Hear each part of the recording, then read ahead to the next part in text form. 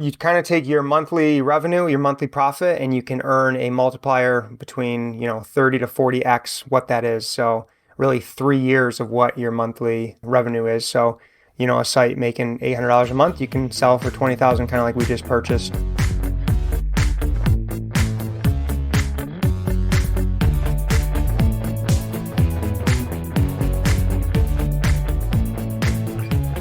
Welcome to The FI Show, where you get a behind-the-scenes look into financial independence. Here's your host, Cody and Justin. Hello, everybody, and welcome back to another episode of The FI Show. Today we have on Kellan Kline, one half of the Savvy Couple, is going to talk about how he built his blog to a multi-six-figure business. But before we get into all that, let me check in my co-host, Justin. What is going on, man? Just wrapping up a crazy weekend of concerts and trying to catch up on some sleep. We had ACL, or Austin City Limits, if you've never heard of it. So not too many places you can go and listen to Miley Cyrus, Megan Thee Stallion, George Strait, MGK, so on, all in one venue. So that was pretty cool. How about yourself, Cody? Well, I definitely saw some of those Snapchats. It looked like you were having an absolute blast, just showing, again, a plethora of artists from every single genre, from country to rap to rock, all this different stuff. I have been crazy busy traveling. We've been kind of exploring all over. I know last episode I was in Athens. We took a ferry to Paros after that, explored the island. It's kind of like the big ones you hear about are Mykonos and Santorini. Those are like the Grecian islands you have to go to. We got a recommendation that we should check out Paros. It's like a smaller, similar version of Mykonos, except it's not as touristy, so that was completely true. Most of the people were locals. The food was amazing. Everyone was super nice. The whole city, the towns were super quaint and cute. Then we ended up taking a ferry down to Santorini, so we did go to one of the touristy places, have this awesome place by the bay, down by a moody bay, and we have a beautiful sunset every night. It's been awesome. The food has been definitely one of the highlights. The Greek people do it right when it comes to food, and excited for the next couple of weeks kind of traveling around and seeing some of the other places. I'm assuming it was nothing but wall-to-wall yogurt, or is that wrong? There's a lot more than that. There's a lot more Greek food than that. You got the gyros and the souvlakis and all that other good stuff. But Justin, that's enough about my travels. I'll definitely keep people updated as we kind of explore throughout all of Greece. And maybe I'll do a roundup post and send it out to all the FI Show subscribers. So if you're not on our email list, definitely hit subscribe there. But today on the show, we have on Kellan Kline, one half of the Savvy Couple. And this guy's story is pretty amazing in that he started this blog, The Savvy Couple, with his wife. They kind of had different backgrounds when it came to money. He was always the entrepreneurial type where he was trying all these different businesses and learning how to make more money. And his wife, Brittany, comes from the more frugal mindset where she'd always be clipping coupons, figuring out how she could get the best deal. So they end up collaborating, building this brand together. And what actually caused Kellan to jump ship and go full force into this blogging operation was that he got $50 for a sponsored post. And he's like, you know what? I'm going to quit my current job. We're going to go into this full force. So in the episode, we get to talk about some of the systems he's built, how they've gone from just two people working on nights and weekends to having a full-fledged team with multiple sites that they're running and everything that it takes to build a successful website. Yeah, and for the listeners out there, if you're interested in learning more about how they built these systems and just how to get in contact with them and keep up with their journey as they continue to spread and buy more websites and build their team and just really make this machine of a business, you can do all that at thefishow.com/Kellan. That's thefishow.com/KELAN. Take it away, Kellan. So my parents were kind of always incorporating the kids into the personal finance, talking about the budget, talking about saving money, being frugal. Never really about online business or business in general, but my first introduction to really kind of doing a side hustle or making any kind of income, I was, I think, 11 years old, and there's some stuff laying around the house, and eBay was a thing back then. This would have been 2001. And my dad kind of introduced me to it, and he wanted me to like hop on and help him kind of write the description, all this stuff, and we ended up selling, I forget what it was, but we ended up selling it and making money, and he split half with me. And that's what kind of got my mind thinking of this business mindset. Before that, I mean, I was doing lemonade stands and doing car washes in the neighborhood, all this type of stuff. So I've always had the entrepreneur mindset, always been hustling and stuff. But the selling on eBay really got me to open my eyes on the possibilities of being kind of location independent and making money online. And it's just like mind blowing that we could sell something online and ship it to someone and make an income. So it's pretty cool. Then other than that, yeah, my dad and mom, they always brought me along on their like investment chats with their financial advisor. So super involved, both very frugal, both very good with their money. I was super blessed to kind of have that background. And then, me and Brittany got married. We came from two totally different backgrounds, and we started dating when we were in ninth grade. So money wasn't really talked about then, but when we started college and started taking out student loan debt, we really talked about money and got on the same page and went through a lot of stuff together. And you just mentioned college. I'm curious, especially for folks who do really start finding that entrepreneurial bug early, if it ever crossed your mind to just forgo college and just to start up your own business, that didn't require that kind of education. Honestly, I never thought that entrepreneurship was going to be a path for me. I knew it was going to be something I'd side hustle all the time. I'd have extra ways to make income, extra, streams of passive income. But it was always a goal since I was like 15 years old to be a police officer, and then kind of got into that law enforcement career after switching jobs and finally getting my dream job in law enforcement. And it turned out to be kind of the pit that got me to try entrepreneurship full time. I think I read that you got a degree in business administration. How does that kind of funnel into a jail deputy job? Yeah, so I actually went on a ride along when I was 14, and I asked them what major should I get in college? And they said anything but law enforcement, because everything that you're going to need, you're going to learn in the academy. So they want well-rounded individuals. So business always, piqued my interest. So I definitely kind of went for that. And when you thought you wanted to become a police officer versus when you started becoming this jail deputy, I guess what was the biggest disconnect? I mean, obviously when I hear it, I can think of some things where it doesn't sound like because my dad was a sheriff and I know as like a jail deputy, you're not getting into the kind of investigative work that maybe you had your mindset on. Yeah, exactly. Well, it was going to be a stepping stone. So I planned on joining as a jail deputy, which a lot of people do in our county, and then kind of working my way up and becoming road patrol. And after 2.5 years, I did apply and went through the whole process for road patrol, got the offer. But at that point, I already kind of set my fate of I'm done with law enforcement. I'm done getting forced overtime. I don't want anything to do with the stress, with the terrible hours, with having to work holidays and weekends. And me and Brittany kind of sat down and talked we want a big family, and we're all about family and having complete control over our time. So it's like the exact opposite of what I wanted in life. So yeah, I kind of put all my eggs in one basket, and it ended up being the wrong one. But it was a whole journey that I had to go through to kind of figure out that the 9-to-5 was not for me. So I wouldn't trade it for anything. It doesn't quite sound like all your eggs were in one basket, though, if I'm not mistaken. Were you still side hustling at that point? Because you're doing the Amazon FBA all through college. You're doing businesses. I mean, when you're 11 years old, I can't imagine you just shut that off completely. Yeah, I was still flipping items on eBay and doing Amazon. So yeah, you're correct. It wasn't all in one basket. So I definitely had options. And at the same time, I'm trying to remember the timeline, I did end up going back to become a home inspector as well. So I was kind of doing that and going to school to become a home inspector.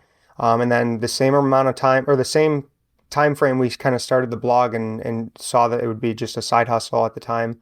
And it kind of came to the fork in the road, okay, time to decide, are you going to do home inspection business or this online blog thing? And thank God we picked the online business, because especially through this COVID, it would have been a disaster with home inspections. And I'm always curious when people are talking about kind of making that leap, you've got that decision, what it was that made you feel comfortable enough. I'm sure it wasn't extremely comfortable, but comfortable enough to go towards this online business. What were you seeing that made you thought this was viable? So people laugh every time I say this, but our blog, so we were 9 months into blogging. We knew it was going to be probably a year before we saw any income. And this was us hustling nonstop, day and night, with our full-time jobs. And on that 9th month, we got a sponsored post for $50, and which is ridiculous right now, thinking back. And that was kind of the spark that a week later I went to Brittany. And this was, after I already tried so many jobs and I was complaining every day to her that I hated law enforcement. I was ready to do something new. And I said, hey, we've been saving money. We've been knocking out debt. I think it's time for me to jump and do this full time. So after we made that $50, we made that jump, and I ended up going full time into blogging. So I definitely want to just kind of paint a picture of Brittany. She's not here to represent herself, but you guys are the savvy couple. You do this thing as a duo. Could you give us a little bit about her background, her money habits, her just financial acumen? So I came from a family. My dad was an engineer. My mom was a school counselor, middle class, well off, very educated in money. And her family kind of the opposite. They kind of struggled financially. They've always done their best. Her parents separated at a young age. So it's kind of her mom pulling all the income in and really helping, run the family on one single income. And they didn't really budget. They didn't really talk about money much. It was kind of just a thing. 78% of the families in the U.S. kind of living paycheck to paycheck. So she was always extremely frugal, cutting coupons and stretching the dollar just like her mom did. So, and she's very risk adverse. I love risk. So we literally in every aspect of life kind of pair each other and are a good complement for each other. I was literally just about to ask, because as someone who grew up more in her shoes, like more in that low income part of America, if she has trouble kind of shedding herself from that scarcity mindset, because that's the thing we often see, whether it be somebody moving over from like a third world country or just somebody being, raised in a poor part of the country. Yeah, I think to get her to leave her job, we had to hit a certain amount of income. And I think back when we were making that decision, it was $10,000 a month that the blog was bringing in. And one of the biggest things was the health insurance and the scarcity mindset of, do we have enough saved up in the bank that if this were to crumble around us, would we be able to find jobs and be okay financially? And she's always put a ton of trust in me with the finances, specifically with the investing. And then we both do the budgeting very heavily together. She kind of came with that, frugal, very savvy mindset. And I'm more, go all in, take risk, high reward type of guy. So yeah, we complement each other. And I think over the years, so she's been working on the blog over 2 years now. She's realized how powerful it is to own your own business and that you can literally give yourself raises on your own. You can 2x your income year after year. It's crazy to think about, sticking in a teaching job versus what we're able to do now with our online business. So I think she's really been able to switch that mindset around of, we can always make more money. Saving's great, especially when you're paying off debt, but the real wealth accelerator is learning how to make more money and increase his stream of incomes. As a what you call a high risk, high reward type of guy, did you struggle with budgeting and spending? Like, was it like, okay, awesome, I just made $10,000, let's go, buy the newest car or buy the latest gadgets? And did Brittany kind of reel you in, or what did that look like from your budgeting perspective? Yeah, that's a good question. So I am very impulsive by nature. So we have Amazon packages coming like every day to our house. But when it comes to like big purchases and being frugal and being smart and savvy with our money, I'm actually very good at that. I think that comes from back when I was, a younger person, a younger kid, 13, 14, 15 years old, when your parents are telling you to get a job. I was like, if I can just spend way less money and just make a little bit online, they won't keep haggling me to get a job. So I just got that frugal mindset of like, if I can just cut my expenses like crazy and really help pay for what they want me to pay for on what I'm doing online, then I don't need to get a real job. And that's just, I kind of lazy, honestly, but it's helped me stay frugal. And what about like the creation of the Savvy Couple? Was it ever crossing your mind that maybe you would just go and do a blog on your own? It was an idea that maybe you had, or was it always like we knew from the start that this was going to be about us as a couple, or from that, at least from that viewpoint as a couple? We came across the idea of starting a blog looking at Michelle Schroeder from Making Sense of Sense and Bobby Hoyt from Millennial Money Man. They both were doing income reports at the time, and we were like blown away, like, holy crap, you can make this much money blogging. And then from that point on, it was never a question of like, am I going to do this on my own? It was always, we're going to do this together. We come from very different backgrounds. Our family and friends are always asking both of us, like they're asking Brittany how to save money, and then they're asking me the side hustle part of things. So again, it was just always going to do it together. And that's how we came up with the Savvy Couple. And so I know for me, when I first started blogging, I had no idea what I was doing. Like I saw these other people, like some of the people you named, like Michelle and Bobby, and even you guys had started before me, and just all these powerhouses in the personal finance space. So I would go and like try to write these articles and try to make affiliate income and try to get sponsorships. But I seriously had no idea what I was doing. Like when I made my first, it was $50, just like you. I was ecstatic. But there's so many things now that if I was going and building a blog from scratch that I'd do differently, what would you do differently? Yeah, kind of went through the same thing. Blogging has a huge learning curve, and we kind of jumped into it not knowing a thing either. I kind of knew about affiliate sites and blogging like way back in the early 2000s, and I kind of blew it off like, that's stupid, and you can't make money from that, which I really wish I didn't, because it would have been nuts where we'd be at today. But yeah, there's a big learning curve, and I think when we first started, like the very first article we wrote was how to make the most of Steelers training camp, because people wanted to know that.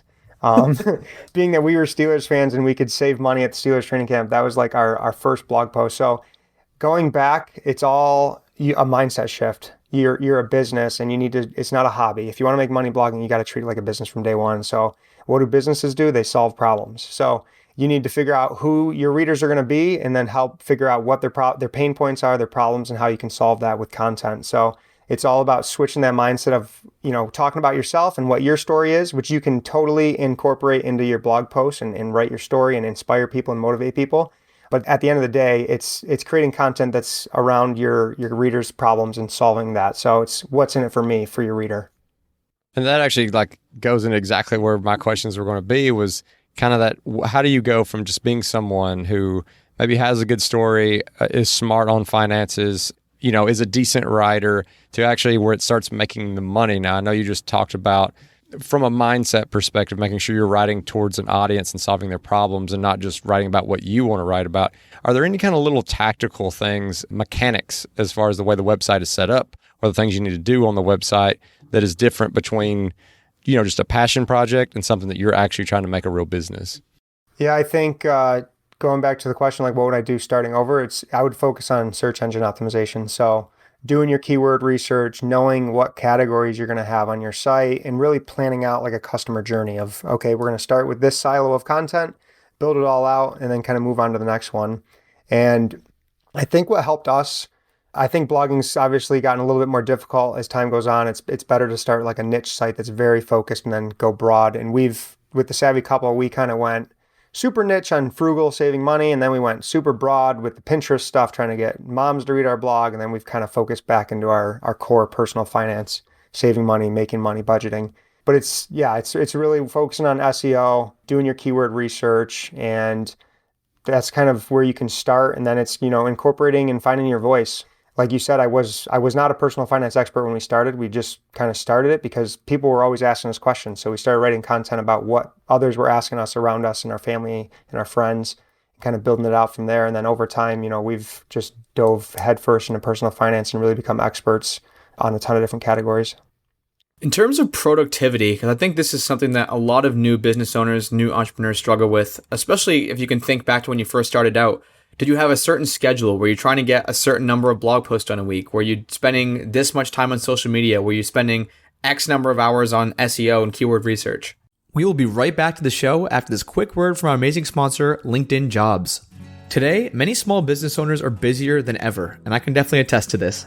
So much time spent searching for, interviewing the wrong candidates, the wrong people to hire for a job opening, that could be spent on growing your business. That's why LinkedIn Jobs has made it much easier to actually find candidates that are worth interviewing. So it's not just wasting your time. And the best part is that it's free. As someone who owns a couple small businesses, I can tell you how important it is to actually get that right team in place, because once you start to outsource strategically, you can start to focus on the bigger picture stuff for your business. You can create a job post in minutes on LinkedIn Jobs to find those perfect people to join your team. There's over 750 million people on the platform, and there's candidates with every skill you can imagine, and definitely one that can fit your wants and needs. Plus, with a company as big as LinkedIn, they do a really good job actually filtering through candidates and prioritizing who you'd like to interview, who you'd like to hire, and who's a good fit for your role. This is an opportunity to post your job for free at linkedin.com/FIShow. That's linkedin.com/FIShow to post your job for free.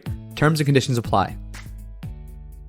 Yeah, that's a great question. So the first day I went full-time blogging, I sat down at the computer and I was like, I'm just going to hustle. Like, that's how I'm going to win. It's just I'm going to out-hustle everyone. And I sat in front of the computer for 16 hours, probably got up to go to the bathroom and get a snack like once. And I was exhausted and my eyes were about to fall out. And it was the most unproductive day ever. And I was like, this sucks. I don't know why I'm trying to do this.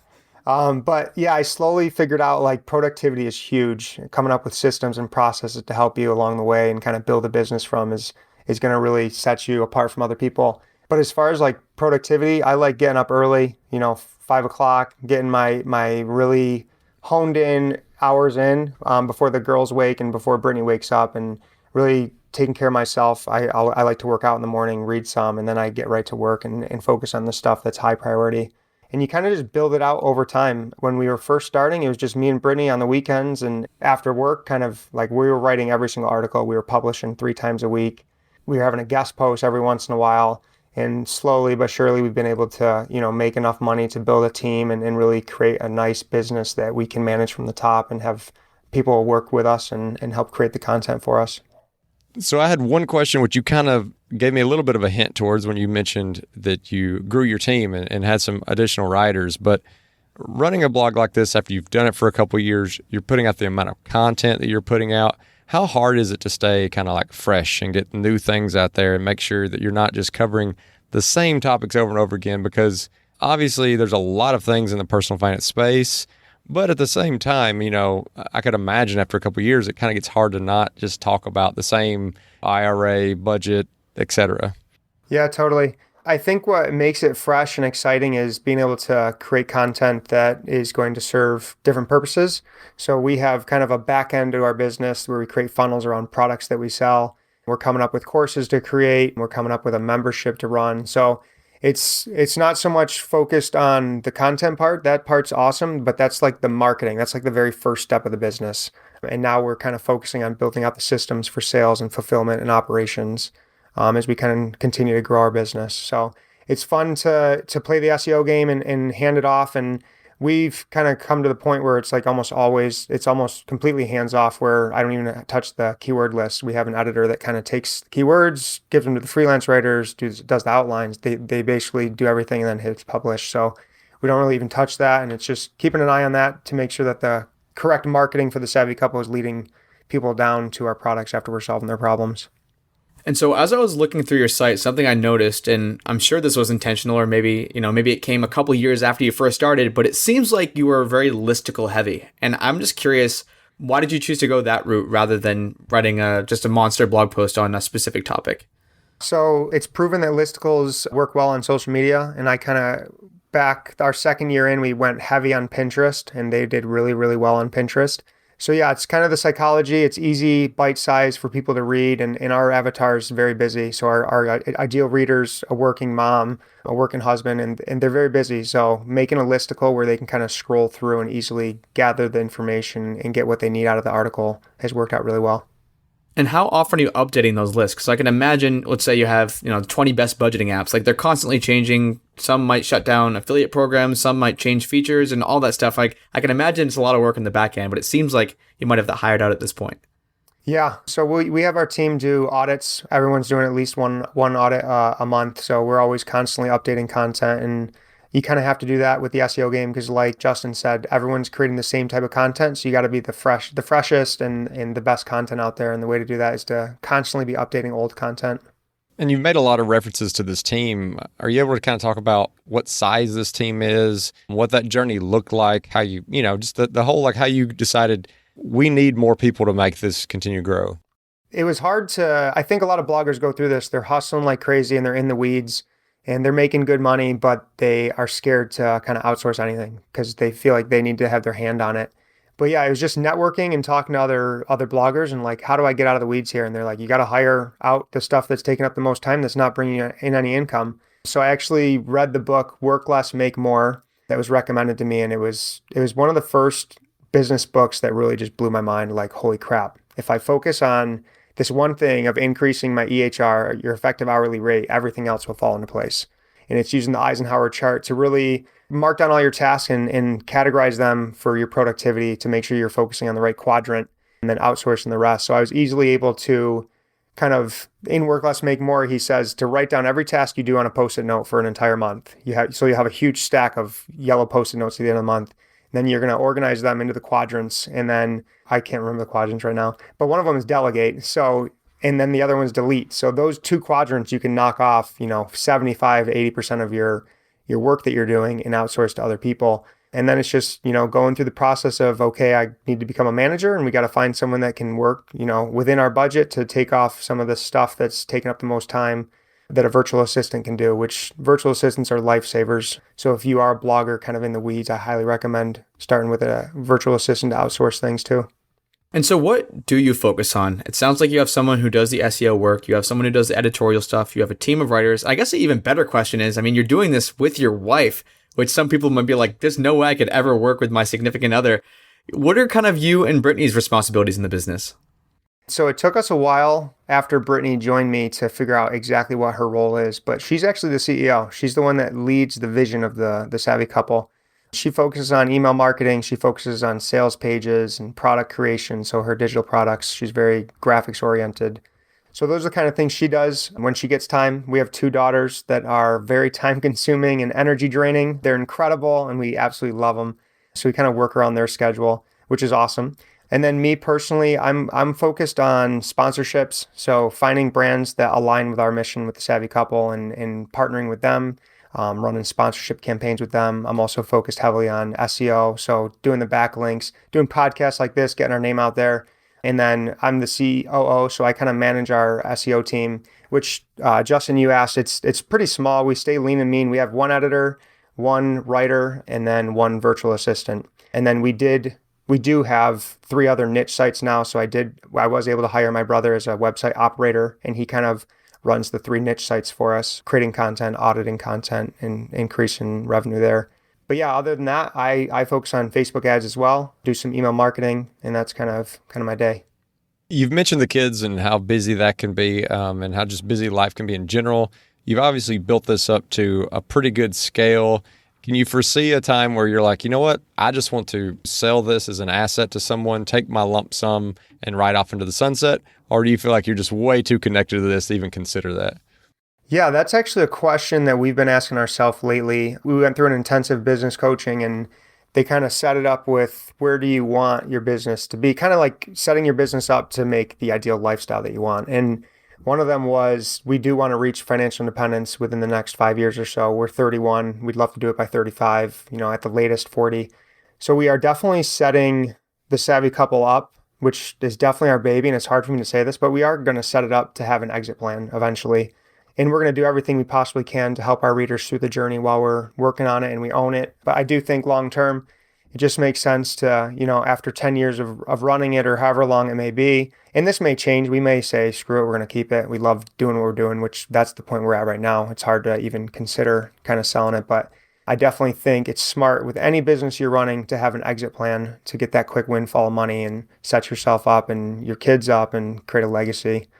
For those listeners who are thinking right now, how in the world is Kellan going to sell a website and have enough money to be financially independent? Could you talk a little bit about like the revenue breakdown? Like, how are you actually making money from the site? Whether it's, I know you mentioned sponsorships, affiliates, ads, your own products.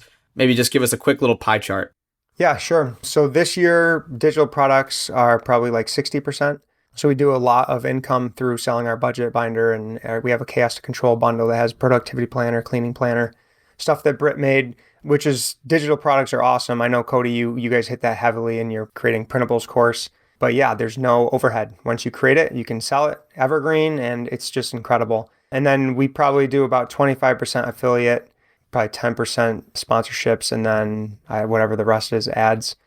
We're on track. We made a crazy goal this year of doing 500,000. It's a reach goal, but we could still hit it. So we're on pace. We got to have a really good fourth quarter, but we're excited because the business is continuing to grow. And one of your question was, how do you make money from selling a site like this? And this goes into our niche sites as well. Sites have become more and more popular. They're actually become more valuable. It's kind of like real estate. And we were just last month, we bought another niche site. We spent $20,000 to buy a site that's making $800 a month. And we were at that decision, like, we have some extra cash flow here. Do we get into real estate, Airbnb rental, long-term rental? And we were like, well, we have the business and systems in place now. Let's just continue to do websites because we know it. We have, the team to run it. And I do think there's more potential with websites as far as like a monthly cash flow, high risk, high reward thing versus real estate. So yeah, it's you take your monthly revenue, your monthly profit, and you can earn a multiplier between, 30 to 40x what that is. So really 3 years of what your monthly revenue is. So, a site making $800 a month, you can sell for $20,000, kind of like we just purchased. And our goal with that was to find a site that's under monetized. So something that we can come in and make quick wins on, either adding affiliate links or increasing traffic to it, increase that up to, 1,500, kind of double the income, and then kind of flip it and put that cash towards something else again. And you mentioned like you hope you could retire, be financially independent in 5 years or at least by 40. I think maybe a lot of people are listening to this and hearing the numbers that you're throwing around. It sounds like you could retire much quicker than that. Is there, when they think about how much maybe money they spend on an annual basis, is that something you're willing to talk about? It's kind of like, what is financially independent to you? Like, how much money do you need coming in a month, whether it be through, like a 4% rule or passively in some form? Yeah, the numbers, anytime you're talking business, the numbers are misleading. Like we could say we're making $500K a year with our blog this year, but the expenses are going to be 50% of that with the team and with Facebook ads and all the other expenses. So I take a $5,000 salary a month, so we live off $60,000 a year, and that gives us a cushion to kind of budget our money and live off that. And we're going to try to do that as long as we can, even with growing our family. Our low FI number is 1.5 million, and our higher FI number would be 2.5. So we definitely want to hit that 1.5 before we hit 35, just to be financially independent and have more options, basically. And on the same thread of financial independence, early retirement, all this good stuff, what is kind of work-life balance for you right now? Because, I mean, you and Brittany are living under the same roof with 2 kids, and you both are working on the same business full-time. I do see you have like a guitar behind you. So do you have time for some other stuff rather than just straight business and kids? Yeah, absolutely. So this took a long time to do. Like I said, the first day I started blogging full-time, it was a 16-hour day, and I thought that was going to be like the norm that I was going to do for years on end. But yeah, we have an absolutely incredible team. We've really developed awesome systems and processes and really figured out where we need to put our time in so it's the highest value in the business to help it continue to grow. So Brittany averages probably 5 to 10 hours a week, and I'm right around that 15 to 20 hours a week. So nothing crazy, super blessed to be able to do that, super flexible on when we can work. And I definitely make sure that, we have a home gym, so we make sure that our, physical fitness, we're given time there. I do like to play guitar. I like to go out a couple times a week and play basketball or floor hockey with a couple friends still from high school. And so, yeah, work-life balance is awesome, but it took a really long time to get there. We're five years in. I'd say that we haven't hit our stride until this last year.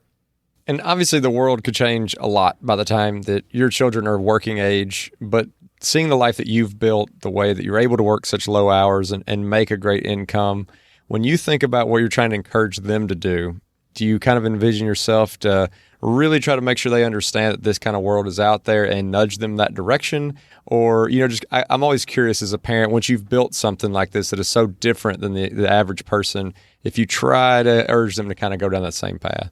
It's a tough question. So I definitely want to open up their mind and make sure they're well aware of this is the fast lane to financial freedom, is owning your own business, especially an online business. But at the same time, at the end of the day, I had to go through certain hurdles and through a certain journey to get to this point, and they're gonna have to do the same. I can only, we can, as parents, can only kind of direct them as much as we can.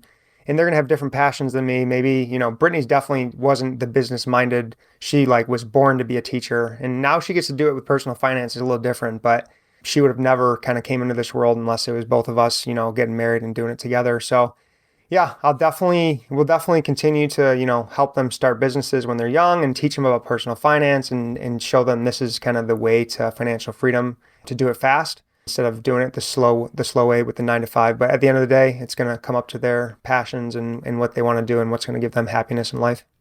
And it sounds like you've built a business to now it's at a point where you and Brittany are kind of sitting way up high, looking down. Like you can think big strategy rather than being in the weeds, doing all the day-to-day stuff. I know you mentioned, I think you said online course, you mentioned some kind of community. What other types of things are you working on for the Savvy Couple? Right now, we are currently creating a course. Well, like I announced it today, actually, we're creating a course on sponsorships. So how to get businesses or bloggers and online business owners to land sponsorships. Because this was really the kind of the gasoline that was poured on the fire when Brittany was going to quit her job. I figured out how to land sponsorships and land high-end sponsorships that are paying us tens of thousands of dollars. So really helping other bloggers and business owners do that, because most of the time they're just one-offs, but there's so many different companies you can work with. And if you can get a company that wants to work with you over and over again, that's where the real money's made. And it's just such an incredible cash flow that you can put into your business to put into more content or to hire another VA or whatever it may be. So that's currently the course we're making in the make money niche. And we're also going to continue to build out our funnel and the save money and make a quick course there to help people save their $1,000 emergency fund as quickly as possible. I'm glad to hear it's graduated past the $50 sponsorship that made you feel comfortable to quit that job. Yeah. And what's crazy is that I'm pretty sure, and if I'm remembering this correctly, it was a while ago, they offered $100 and I felt bad taking $100 at the time because we didn't make any money with the blog. So I was like, 50's fine. We'll call it good. So yeah, we've definitely upgraded from that mindset and getting that low of an income with sponsorships. And when you're talking about this course around sponsors, if somebody's listening to this and they're like, you know what, that's what I need. I need to figure out a way to monetize. Sponsors sounds like a great way. What is the price of something like that run? What does it look like? How long does it take them to get through it? Just the investment from a time and money perspective.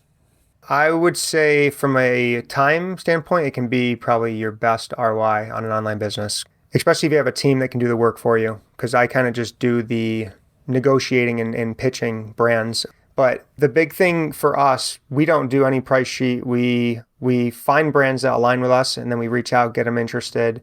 And it makes sense for them. It's kind of micro-influencing. And we have an audience that a lot of companies want to get in front of. We've built that trust.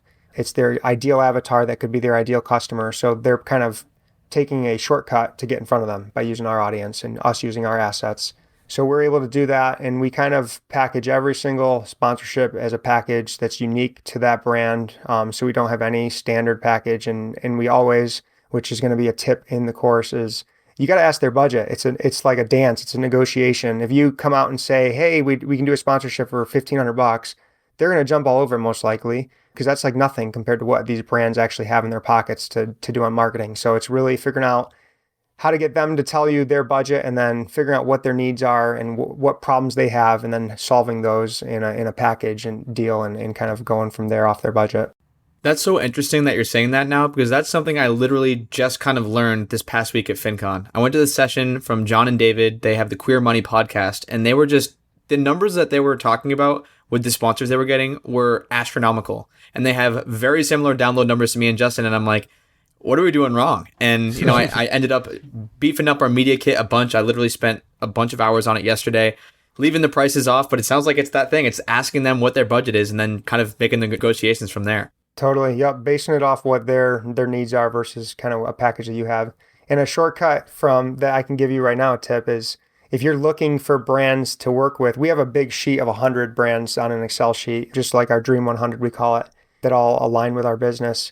Go to, just like the Queer Money podcast, go to their podcast, see who they're working with. If that company is paying them, they're most likely looking for other people to partner with too. So you can go across the entire niche and look at other podcasts and see who they're partnering with, and then kind of figure out the point of contact you need to reach out to. Well, Kellan, thanks so much for coming on today. I mean, a lot of great information. It's a really cool story too. I mean, where you didn't necessarily start out the way I've seen a lot of people start out. You built this thing from scratch, but now you got this team. Whereas Cody was saying earlier, you can just kind of look down and be strategic. And I think it'll be really inspiring to our listeners. And if people want to continue to hear more about what you're up to, where's the best place for them to kind of contact or follow along with you? Yeah, so we're trying to grow our YouTube channel, so check us out there, The Savvy Couple on YouTube. But yeah, we're on every social media platform, so Facebook, Pinterest, Instagram. You can find us at The Savvy Couple. So happy to help you start an online business or help you with all your finances, whether it's investing, saving money, making a side hustle. We're here to help. And as always, if you want to check out our Facebook group page, you can do so at thefishow.com/community. And we always appreciate those 5-star reviews. They help us get great guests like we had today. And if you're interested in supporting The Fi Show, you can do so by checking out some of our partners over at the resources page, which can be found at thefishow.com/resources. And thanks for listening.